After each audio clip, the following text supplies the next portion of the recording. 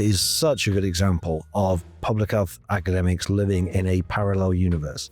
It is a schizophrenic society when it comes to nanny-state, isn't it, Australia? Even if you accept it was grossly offensive, 18 minutes in prison, suspended or otherwise, would be too much. Hello and welcome back to Last Orders. I'm Tom Slater, editor of Spiked, joined as I am in every single episode by Chris Snowdon. How are you doing, Chris? I'm very pleased to be here, as ever, Tom. And we're also delighted to be joined by Will Kingston. How are you doing, Will? G'day, Tom. I'm great. I must admit, after my slightly less than forensic analysis of the Australian mushroom killer in the last time I was invited on, I'm somewhat surprised to be back, but delighted nonetheless. There were a lot of emails, there were a lot of letters, but we stood by you. I knew that there was some Australian chick, I knew mushrooms were involved, and I knew that there was death as a consequence, but that was about the extent of my knowledge. It was the strident defence you made of the killer that is a little bit more. Just mention the cricket. Yeah, we'll see how many beers we have. And that's another thing, actually. In the comments to the first time on YouTube, on the first time I did this podcast, I was told, can you guys stop filling up beer bottles with water and pretending that you're drinking on set? Oh, for God's sake. And so can I assure everyone that this is actually a legitimate... How does that look like water? Well, I think at the time... Something's wrong with your pipes if that's what's coming out of it, absolutely. But I think maybe we didn't have the glasses back I then. think there was no glasses. Yeah. But if anyone knows anything Oh, I about see. this podcast, it is The not, it's not a conspiracy prop. theory in the YouTube comments. No, exactly. Who would have thought it? Yeah, that's right. And you've been on, what, about a 24-hour bender now and counting, or what? Only about 5 hours. 5 hours, sorry. Exactly. So this could go absolutely anywhere. We've got plenty Big to thank talk you about. to Ellen, Yes, big thank you to Ellen, who, first of all, number one fan, viewer. the person who gifted us these pint glasses, but also the person who's gifted us this wonderful card, which you may or may not be able to see. It's got references to the Ghana Drunkens Association, Chris's hatred of wheelie suitcases, and his love of Envy of the imperial leather. So 3 deep cuts. Imperial leather, yeah. I can't remember how imperial leather came up, other than You're I often said at talking one about time your that I routine. When as a youngster, I felt that I would never feel poor as long as I keep buying imperial leather, and I have ever since bought imperial leather. But then a gentleman at the live show raised an interesting point. I think the most interesting point of the day, which was he says Of the whole conference, this is, he said that, the entire weekend actually, he said the imperial leather falls apart more than it used to. Now I've been doing some experimentation with this in my shower. got a lot of time in his hands. Just washing in a normal way, really, but paying more attention to what happens to the soap. And I haven't noticed it falling apart. I would say you need to keep, if you're watching, sir, you need to keep your soap away from the shower the rest of the day. Keep it in a dry place where possible. My problem with it, as mentioned by Gwen Towler at the time, actually, is that the sticker, the little badge, the all-important rectangle saying imperial leather, which is, let's face it, is why people buy imperial leather in the first place, does fall off quite early now. It falls off a good week before you finish with the soap, which is not good enough. So imperial leather, sort yourself out. You are on those. Send me some freebies. Ideally go back to the metallic one as well. This is the sort of leather analysis you just won't find on any other libertarian podcast. No, exactly. This is why we're the number one libertarian podcast. Number one libertarian podcast. Exactly. And moving up the ranks in leather podcasts. Or imperial leather. Well, podcast. imperial Yeah, leather. no, exactly, yeah. Which is, soap slightly different. podcast. So Yeah, exactly. So we've got plenty to talk about today, apart from imperial leather and wheelie suitcases. No, exactly. We're going to talk about some serious things. We're going to talk about dodgy nanny-state research. We're going to talk about what's been going on in Australia with the crackdown on tobacco and vapes. And we're also going to talk about Joey Barton and him getting in trouble for calling people a bike nonce. Before we do that, I've got a very exciting announcement to make. We've got a new book coming out. Brendan O'Neill, he's done it again. He's written this fantastic, brilliant short book, Vibe Shift, which we're bringing out in the new year. It's so hot off the presses. This is actually the test copy that's not for resale. It's coming out, as I say, in a couple of months' time. But if you want to get your hands on a signed copy, we're giving those away exclusively to people who donate to our Christmas campaign this year. Anyone who donates £50 or more over the festive period, or if you're a Spike supporter, £30 or more, will get sent a signed version of this in the post. So if you want to make a donation, if you want to get your hands on one of these, go to spiked-online.com/Xmas. That's spiked-online.com/Xmas. What's it about? It's about the vibe shift, Will. Trump being back in the White House, DEI kind of hitting the the skids, the Supreme Court ruling over here, just trying to work out, is this the moment where we're going to deliver ourselves from all these terrible ideologies or not? Oh, I think You've got to read to find out whether or not we have one or not. Can I stuff up your running order entirely and discuss that? Because there is a little subgenre coming out of books. And again, Brendan is, I would say, a magnitude higher than anyone else that I'm about to mention. But, you've got Piers Morgan coming out with a book saying woke is dead. There was another one that came out recently. Chris, I'll go to you first. Do you actually think woke is dead? No. No, neither do I. No, I think it's been winged, as you'd say in shooting. And it's kind of in decline, but there's still loads of it goes on in the public sector. And in corporate world, it's kind of gone down a bit because they never really believed it in the first place, and they follow the dollar, which is the way it should be. But the public sector, of course, doesn't follow the dollar. It doesn't have to pay attention to public demand.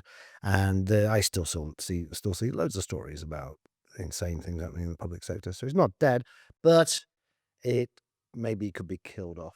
If you want to find out what the actual answer is, you've got to get your hold on Readable. Yeah, please so donate to spikes-online.com/Xmas. After that outrageous attempt to hijack this podcast, we're going to go back to the main story, the first one that we want to talk about. Chris, you wrote a piece for The Critic about a particular bit of research into alcohol, claiming that alcohol consumption has shot up, particularly since the pandemic. You're not so convinced. Even though, anecdotally, your own intake has been through the roof since then. But it did have the running of truth. When I looked at my own intake, that is true. It said that in between February and April 2020, which of course was the period before and during the lockdown, alcohol intake increased by 35%, which I thought, what, that little? But actually, if you look at the population, it didn't increase at all. In fact, it actually declined. Now, this was a study, I should explain. It did, as far as I know, it didn't get any media attention at all. It wasn't a big deal. I just happened upon it. And the reason I want to talk about it is because it is such a good example of public health academics living in a parallel universe. Okay, so what they did is they looked at a telephone survey. Well, it was a telephone survey from April 2020. This is the important point. It used to be a face-to-face survey. I think we talked before about one of the gambling surveys where it makes a huge difference whether you do it face-to-face or online. Well, this one, it makes a huge difference whether you do it face-to-face or over the phone. So on the face of it, there is this massive jump in alcohol consumption just when we went into lockdown. And it stayed high. Alcohol consumption stayed like 30% higher for years and still hasn't come down according to this survey. Now that goes against every single other piece of data.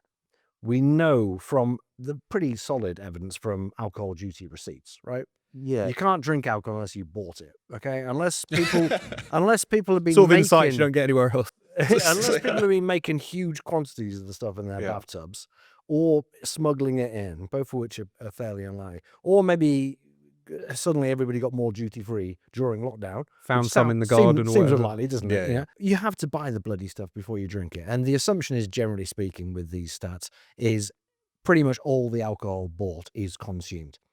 And if you look at surveys asking people what they drink, it's about half of what is actually sold, right? So self-reported data for alcohol consumption is basically worthless. Because for some reason, people often forget what they drink. Or is it like the equivalent of the nervous Trump voter when it comes to polling in the Social US? desirability bias. Yeah. Yeah, there's a lot of that. Now, that's the important point, Will, because you do these surveys asking people what they drink. Straight away, they will halve what they actually drink. We know this from looking at the alcohol sales figures. But secondly, they are more likely to underreport what they drink if it's face-to-face than if it's over a phone. All right? So because of the lockdown, the survey went from being face-to-face to being over the phone.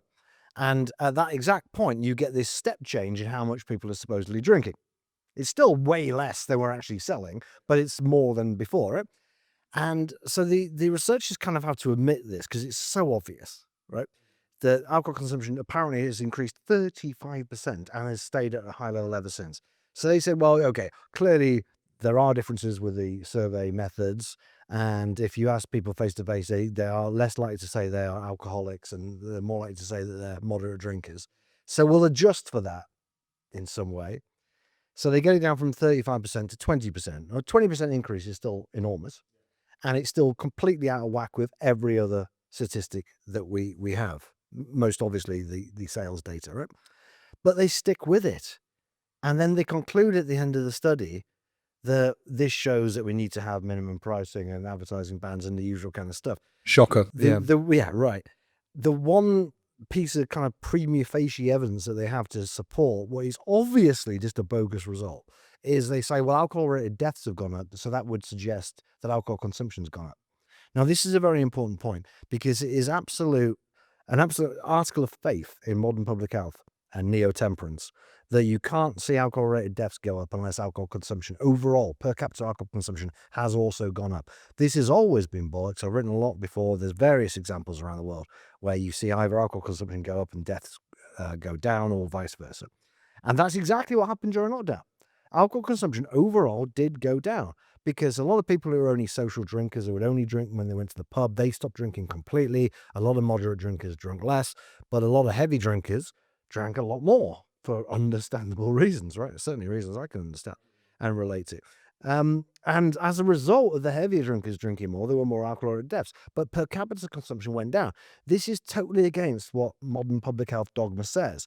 And so rather than just admit the truth that actually alcoholism and alcohol-related harm is complicated, and it's not as simple as getting everyone to drink less, they go, oh, we found this dodgy survey, which has this glaringly obvious flaw in it. We'll go with that instead, even though, like I said, every other piece of data shows that it's just simply not true. So these people live in a fantasy world in which anything they can say in a peer-reviewed study, they can convince themselves is the truth. It's pretty bizarre, and it's, I think, a very, very good example of that. Is the reason why they choose these sorts of survey-type methodology as opposed to just saying, this is the amount of beer that's being bought at Tesco and this is the amount of pints that are being sold in pubs?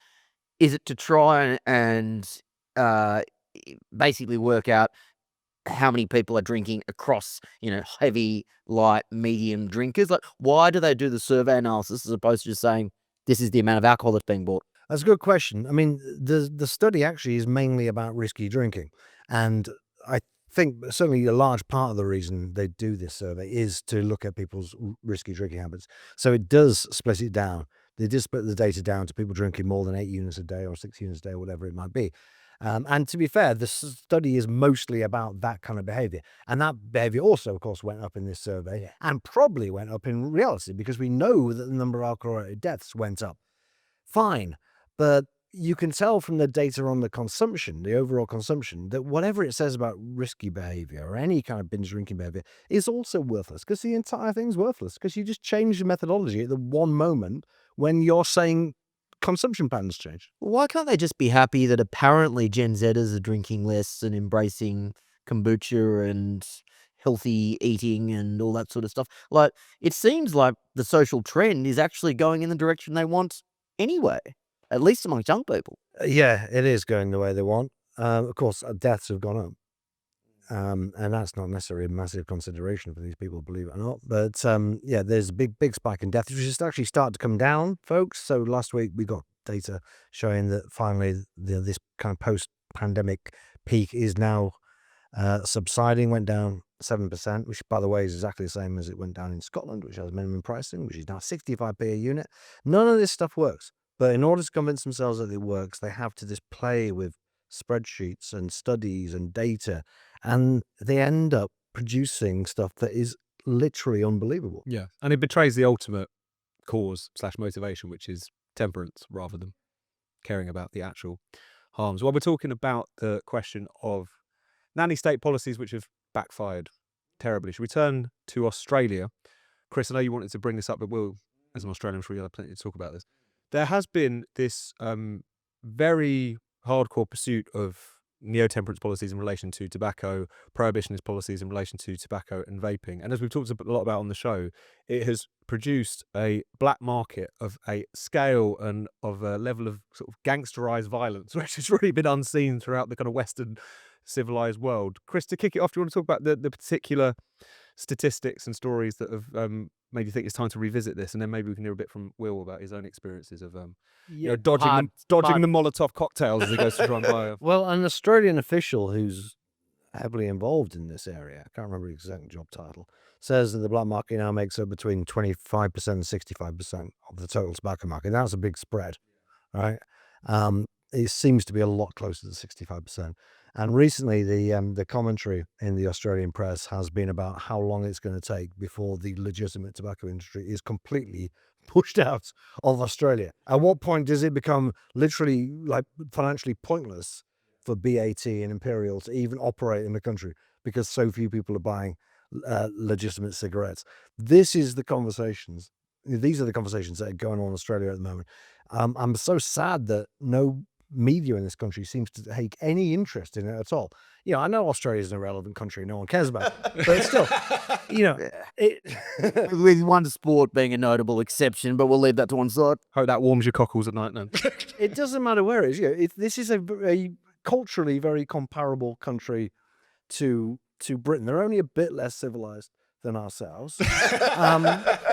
They come from similar stock, and they're doing the same kind of policies as we're doing. That's the thing. They're the canaries in the coal mines doing dumb policy, taxing the hell out of cigarettes, clamping down on vapes to the point where vapes are literally illegal now, but they've got the highest cigarette taxes in the world. We, at the same time as all this is going on, and has been going on, and if you were in Australia reading the newspapers, literally every few days, it'd be, someone else has been shot, some other shop has just been blown up.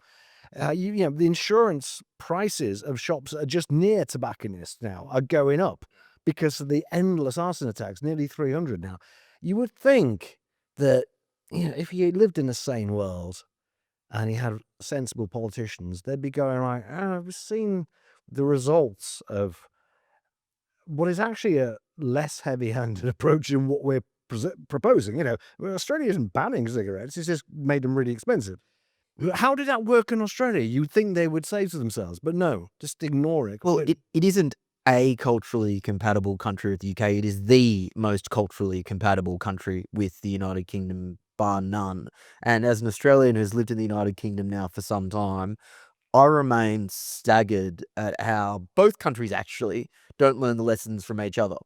For example, the Conservative Party have made the exact same mistakes that the Liberal Party in Australia have made for the last 15 years, but the Liberal Party in Australia doesn't think that a reform-style movement is possible. What are you thinking of there specifically? I'm saying that there is a very good chance that the Conservative equivalent in Australia, which is the Liberal Party, is at an existential moment. It can die, and there is a lane for a third party to come because in. it's been too wet. Because it's been too wet. Yeah, It has right. made the exact same mistakes. You make the exact same mistakes when it comes to mass migration and multiculturalism, and you make the exact same mistakes when it comes to nanny-state policies, although arguably in Australia it's worse.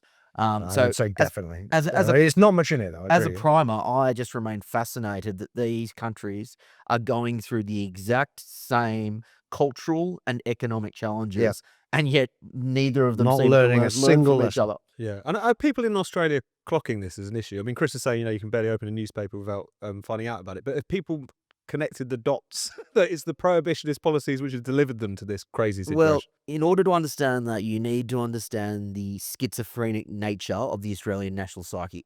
Okay. So, one of my great heroes, Clive James, great Australian export to the United Kingdom. Like yourself? Like myself, I would They consider all myself leave. They all leave. The heir to Clive James. the very, very, very, very poor man's version of Clive James. He said of Australia that the great tragedy of Australia is not that it is a nation born from convicts, but a nation born from jailers. I've got to correct you there because I said that on Twitter once and someone went crazy about it. Apparently, it's not a Clive James quote. Is he one of But those? it's a good quote. He's one of those. I think ones, it's true, and that's the point. He's one of those ones like The peasants out there, okay, we know it's not a Clive. He's one of those ones like Winston Churchill that he delivered so many good quotes that any good quote is now associated It's with the him. kind of thing he would have said. It's the kind But of more thing to the he point, would it's true. is true. And so whilst there is basically, I would say, this authoritarian instinct that runs through every political party in Australia and 90% of the politicians in Australia, there is still, and I think it is dying out slowly, but there is still that convict element that also says, hey, we like to have a fag in the pub, we like to have a slap at the pokies, we like to gamble, we like to drink. If you actually look at the amount of cocaine that is done in the Sydney eastern suburbs, it is per capita, like, I don't know the exact numbers, but if not the highest in the world, it gives Manhattan a very good run for its money. Australians, at least, some of them still love their beer, they still love their gambling, and they still love their drugs. Still they're smoking as well. Well, it looks Exactly. So that's your convict element. But the schizophrenic side is you also have this nanny-state element that says, well, we can't have that because we believe in this puritanical approach to public policy.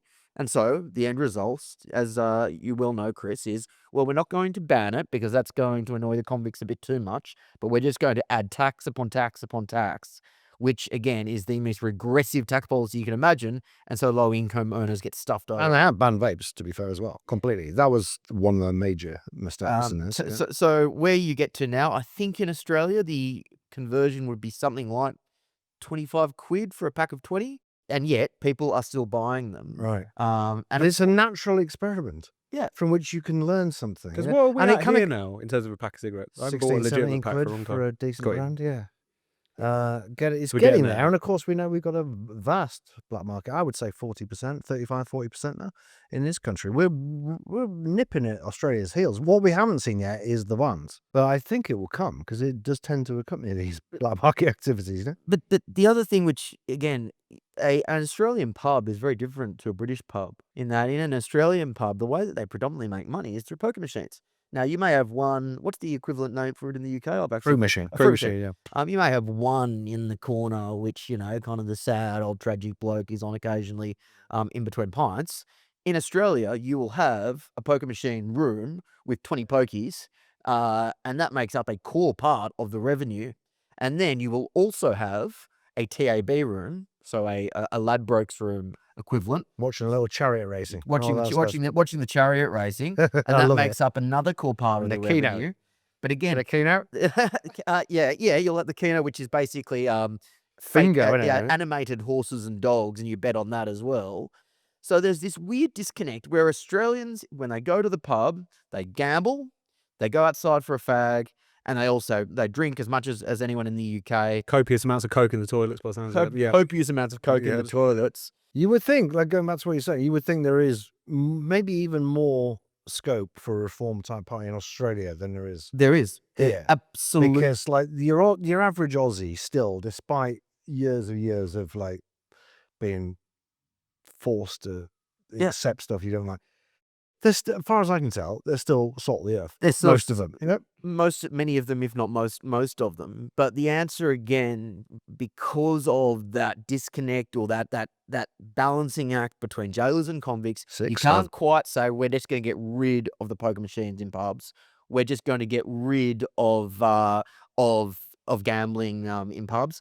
But we're just going to tax it so much that hopefully it sends the message that you guys are doing something which is very, very naughty. Yeah. But they're also now in this terrible situation where the amount of money that state governments in Australia make out of both of those things is astronomical, to the extent that it would actually seriously impact budgets if they were to get rid of them. It is a schizophrenic society when it comes to nanny-statism in Australia. Yeah, yes, well said. Yeah, absolutely bizarre. Mm-hmm. And whilst we're on the topic of things that are absolutely bizarre, Joey Barton has been given a 6-month suspended prison sentence for malicious communications for a grossly offensive speech. Joey Barton, as many people in the UK at least will know, the former footballer turned football manager for a while, turned not particularly successful pundit, which is part of the story. Not particularly successful manager. No, well, quite. As people will know, he's a man with a checkered history, shall we say, and in more recent times, he's got himself in a hell of a lot of trouble for going to war on social media with various people, particularly female footballing pundits who he takes particular issue with. As part of this case, I think it was 6 claims which were actually upheld. They include referring to Eni Aluko and another footballer turned commentator whose name I forget. I hate to say. The Fred and Rose West of football commentary. He didn't actually get done for saying that, but it was superimposing their faces on Fred and Rose West, which actually is what got him. He also referred to Jeremy Vine, who would come to the defence of these women commentators, as a bike nonce, and suggested that people should watch out if they saw him around the school. As I say, it's he's been spared going to prison, provided that he keeps his nose clean for 18 months. As long as he didn't put a cigar out in someone's eye or beat his wife, he'll be all right. Yeah, Quite. exactly right.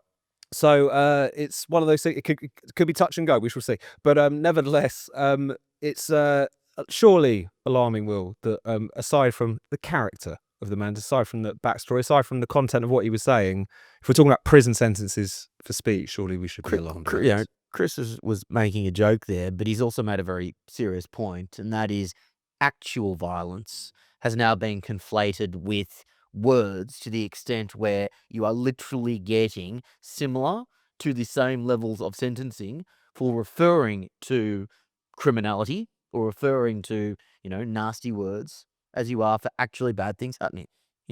Go back to the Lucy Connolly thing, go back to any number of examples now, and they are just building and building. What is it? It's a cliche now to say it, but what, 30 arrests a day for things that people say online in the United Kingdom? And it all comes back to what is a leftist agenda, which has played out over decades and decades to basically say that words are violence, and therefore, if you respond to words with violence, basically, it is legitimate, to respond to words with violence. We have got ourselves into a terrible muddle in this country where basically now words and actual criminality in the way that we used to understand it are pretty much on par. I understand you've got a slightly different take on this, Chris. Only in that I think actually what Barton said, if you look at all his tweets, which is very hard to do because I tried to find them all. I couldn't, I don't know what it is with Google, but I could struggle to even find the bike nonce one. I say one, he's actually called him a bike nonce again and again and again, which is kind of the point. He engaged in a 2 or 3 day long trolling campaign of Jeremy Vine. It started with "Oi, bite nonce." Now that I don't think at all is actionable, right? That's just basically quite funny. You just put a random word before the word nonce, and that's just an insult, right? Okay. It's so surreal; it doesn't really mean anything. And nonce is one of those words that just sounds funny. Yeah, well, it is. It's a funny word. And if it was just bike nonce, it would just be, okay, you ride a bike, you go on a bike, you bloody bike all the time, plus the word nonce, right? That's not a serious accusation of being a paedophile. However, he then, like I said, I couldn't find these tweets by Googling, so I went to the court transcripts, which actually are quite funny, because he just lists everything, and then you have the legal opinion going like, it is alleged that he was saying that Mr. Vine is attracted to minors, but it was relentless, and he did keep again and again calling him a pedo and a defender of pedos, partly because of the Philip Schofield thing. He seemed to think he was a defender of Philip Schofield, who we should also say is not a nonce, as far as we know.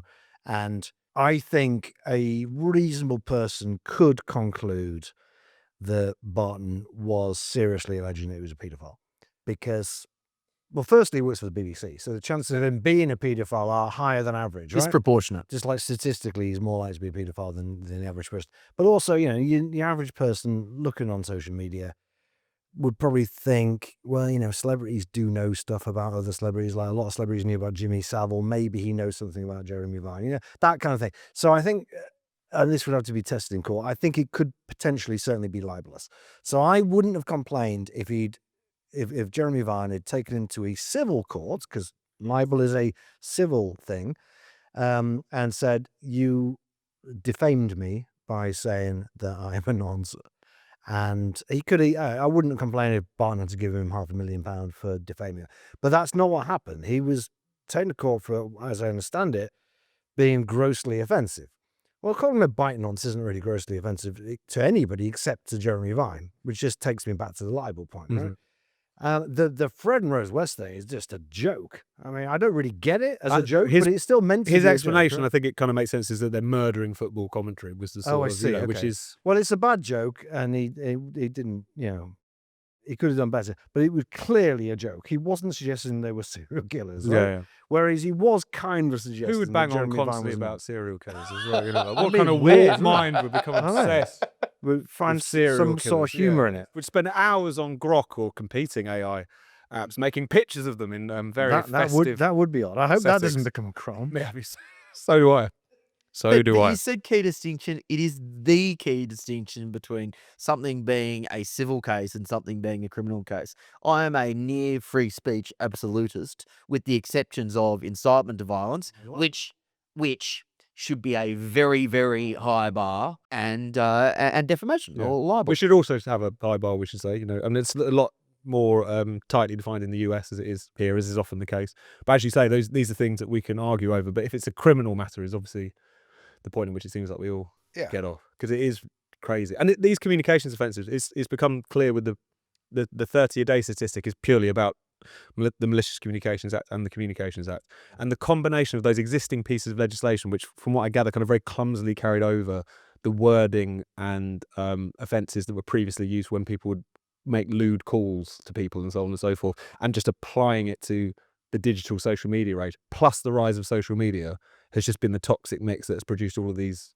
literally thousands of arrests every single year. It's out of control, and Barton, it was a bit stupid what he said, and maybe he was libelous. Even if you accept it was grossly offensive, 18 minutes in prison, suspended or otherwise, would be too much. 18 months is insane. Yeah, well, I think it's 6 months suspended for 18 months. I think is the way it came down. But Okay, it is, 6 but as you say, whatever. 6 minutes is a problem. I don't know how we got into this. Yeah, mess. there was another one of those great, Christopher Hitchens quotes, in relation to one of your great competitors. He says, whenever someone says that I've told them something that is grossly offensive, I'm still waiting to hear what their argument is. I don't care. That's subjective. That's on you. The way that we've somehow managed to conflate objective harm, if I clock you in the jaw, objectively there is harm there, with something which is subjective. Like the way that I would respond to being called a bike nonce is subjectively very different to perhaps someone else. And that is why we don't criminalize it, because there is no fair way to judge that level of harm. Yeah. We have somehow managed to conflate those two things. And as a result of that, you do have a backlog. And you know what? The response of the British government has been, oh, well, let's just get rid of jury trials, as opposed to actually fundamentally re-looking at what we think is criminal behaviour and what isn't. And you know what? There may be a few things on the statute books which we should think we should decriminalise. The funny thing is, vulgar abuse is still a defence in court. I don't know what it's like in Australia, but vulgar abuse you can get away with. You're much better off calling someone a fucking bullshitter than you are calling someone a liar. Because it's just like Viz get away with this all the time. They just come up with the most bizarre, obviously fake stories about the king or the queen or whatever, and he's so like gross and over the top that no one can do him for libel or anything else. I would have thought bike nonce almost fits in that category. Well, he did. That was his defence. Right. But Barton literally said, no, this is mere vulgar abuse. And also if he'd have just kept to that, he might have been all right on that particular count. But it was the fact that he went on and on and on and on and on that do you think, did it for him. So at this stage, it is likely that if, there was an election tomorrow, there would be a reform government or some reform Tory coalition government. Oh, going a bit off pace, don't I? But do you think that reform and a revitalised Conservative Party, on the very off chance that happens, do you think they really care about amending the free speech problems this country faces? Yeah, I think it's the sort of thing that they could easily start knocking out just to get things moving. Because if you're removing Section 127 of the Communications Act and you've got something like a majority for it, it's not something that's going to presumably be incredibly painful, complicated piece of legislation. So, and I think it's one of those things which you would hope that they would, in the same way that kind of Trump comes in and wants to do a load of things very quickly, would be a good idea. And it has symbolic importance to their base. So I could well be eating these words, but I think this has become such a salient issue, and it's, even if it's not something which touches everyone's lives, I think it's become a symbol of how everything's gone mental. Yeah, my understanding reform-led is, government would be keen to do it. And like Tom says, probably eat my words because I'm always disappointed. My understanding is that both Reform and the Conservatives are spending a lot of time working out a plan of what to repeal in the first few weeks. Yeah. Toby Young's been charged with looking at that for the Conservatives. So this that's good. And actually looking at kind of root and branch, bringing it back to something more closely resembling a kind of US First Amendment style protection. So we shall look on that with bated breath. We're almost out of time, but we've got 2 questions for you. Number 1, what is your theory? I think the decline and fall of Western civilization is correlated with and indirectly caused by the increased safety measures in children's toys and playground equipment. Okay. I like this. Yeah, this is actually vintage theory stuff. So I was on GB News on the weekend, and Renee Hunderkamp, her daughter, was at a trampolining competition. And I couldn't help but notice, but around the trampoline, there was cushions and there was mattresses, and it would have been impossible. You were at this trampoline I saw competition? some video footage. Oh, I see. No, I wasn't hanging around 6-year-olds at a Just check, trampolining yeah. competition. Kind of, I'm not a trampoline nonce. Exactly. Exactly. I'll let Joey Barton know just in case. And I'm going, it would be almost impossible to just jump a bit too high and then crack a wrist like you could in the good old days. Like when I was a kid, when I was young, geez, I'm getting to the age now where I can almost go back in my day. Back in my day, we had a trampoline, which you had the middle spring, the thing that you jumped on. Then you had those metal springs, and then you had that really hard metal bar that went around it. And if you got your jump slightly wrong, best case scenario is you smashed your shin into that metal bar. Mm-hmm. Worst case scenario, and it's a rite of passage growing up, You die. is you tumble off. Well, maybe that's the absolute worst case. But then you just kind of, you break a wrist and you go, okay, well, I'm going to be jumping better in the future. What doesn't literally kill you makes That's you right. right. Water guns back in the past. If you got one of those high-speed water guns when I was a kid and you went straight at someone's eye, that's blinding in one eye. Really?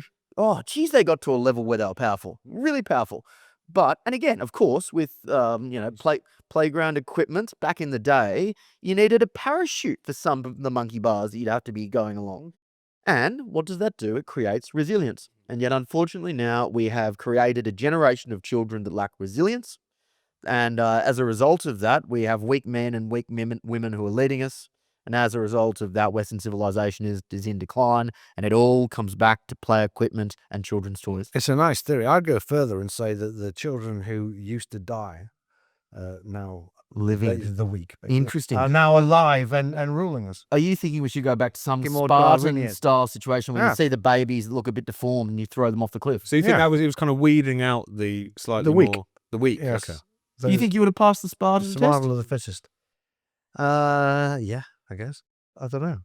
Yeah. Well, back in your day after the war, you're playing in rubble and stuff. I mean, it was a lot more, perilous, wasn't it? Can I give you some marijuana ban before we? Yes, please do. Please do. I've got another one.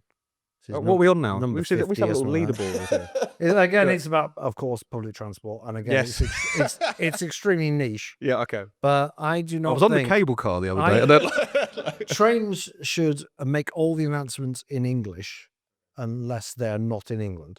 Right? I went a few weeks ago to Shrewsbury, nice part of the world, on the edge of Wales, but very much in England, right? And to get there, I had to go from obviously from my house to Birmingham, and then Birmingham to Shrewsbury, which happened to be a Transport for Wales train. Right? At no point did this train go into Wales. It would spend the entire time going into, well, as far as I was concerned, Shrewsbury. Might have ended up in Wales. Don't care about that. Probably did. But it was Transport for Wales, and every stop it would announce, in Welsh, where we're going to end up. And then there'd be a long pause before they then said the same thing in English. This is just... There's a lot of long words in Welsh as well, so well, it takes a while. It's ridiculous, right? You don't- No, very, very, very few people who speak Welsh don't speak English, right? There might be a few in the valleys or something, but And how many Welsh hand- people actually speak Welsh as well? I imagine it's not a well, huge number. more these days than there used to be, because Yeah. the Welsh government's made a big thing about teaching Welsh, and I'm not against, I don't mind people trying to stop languages going extinct. It's a waste of time, really. But my point is, they're the only people who don't speak English probably never even heard of trains, let alone been on one. So it's not important. But we're in England, speak English. So performative and stupid. Like, if you must speak the Welsh bits, say it after the English bits, so I know to get up and get my bag ready, It's Don't not for leave it it's, till it's last minute. not a deliberate pause. it's not for between the clarity Welsh of and English. messaging. It's for kind of grander objectives that they're doing it. Well, it's just presumably. annoying to listen to it anyway, to be honest with you. We just don't like the Sorry, sound of it. Welsh people. Well, I don't mind it, but it's just, I'm not in Wales. If I was in Wales, I'd go, fair enough, I'm in Wales. And then, what do you want about, mate? Yeah, exactly. You are a dictator. So, and this is a bit Starmer-esque because I've got a knife-related ban. And that is, I want to ban all knives in restaurants that aren't steak knives or butter knives with the explicit purpose of actually buttering your bread. Okay. Whenever I go out to a restaurant now, I get the knife which they give you if I'm not having a steak, which is just a more A knife, a blunted normal knife, a version. table knife. A table knife. Yep. Yeah. And I'm going, Is there any other part of the world where we deliberately give you something which is less effective to achieve a task, It's a very good point. which is less I effective like to this. achieve a task, Yeah. in order to actually get to that outcome? Right. So I've got to cut a bit harder for, whatever it may be. Let's say if it's a one of those really big burgers that you actually do need to cut in half in order to be able to eat it. I'm not sure you should ever really cut a burger. Okay, well, It's a poor example. So it's fish and chips. This isn't is, it? yeah. Let's say fish and It's fighting chips. on behaviour. I can either have a very sharp knife that will get the job done well, or I can have a blunt knife where I'm just going to have to make my life a bit harder for myself. And so now, whenever I go to a restaurant, I always ask for a steak knife, no Regardless matter of what you of have. what I am eating. Well, that is one of the best bands we've ever had on here, because now you think about it, what purpose does a table knife serve that a steak knife wouldn't do better? Yeah. We should have steak knives with everything. Yeah. It is literally a higher level of technology, and I can't think of another analogy in the world where we deliberately use something which is less effective to achieve the same task. Well, let me shake your hand. That is a very, very good point. Yeah. I don't come across original, very good points very often, but that is one. There we go. And I can't think of a single argument against it. Thanks for coming on the show. Up the steak knives. Don't be a biting on. Go to spiked-online.com/Xmas to get your book, and we will see you in 2 weeks. I hope you enjoyed this episode of Last Orders. If you're watching this on YouTube, make sure you subscribe and click the bell so you never miss another Spiked video. If you're listening to this on your podcast app, make sure you subscribe there and give us a glowing 5-star review. And if you'd like to get in touch with your questions or band suggestions, email us at lastorders@spiked-online.com.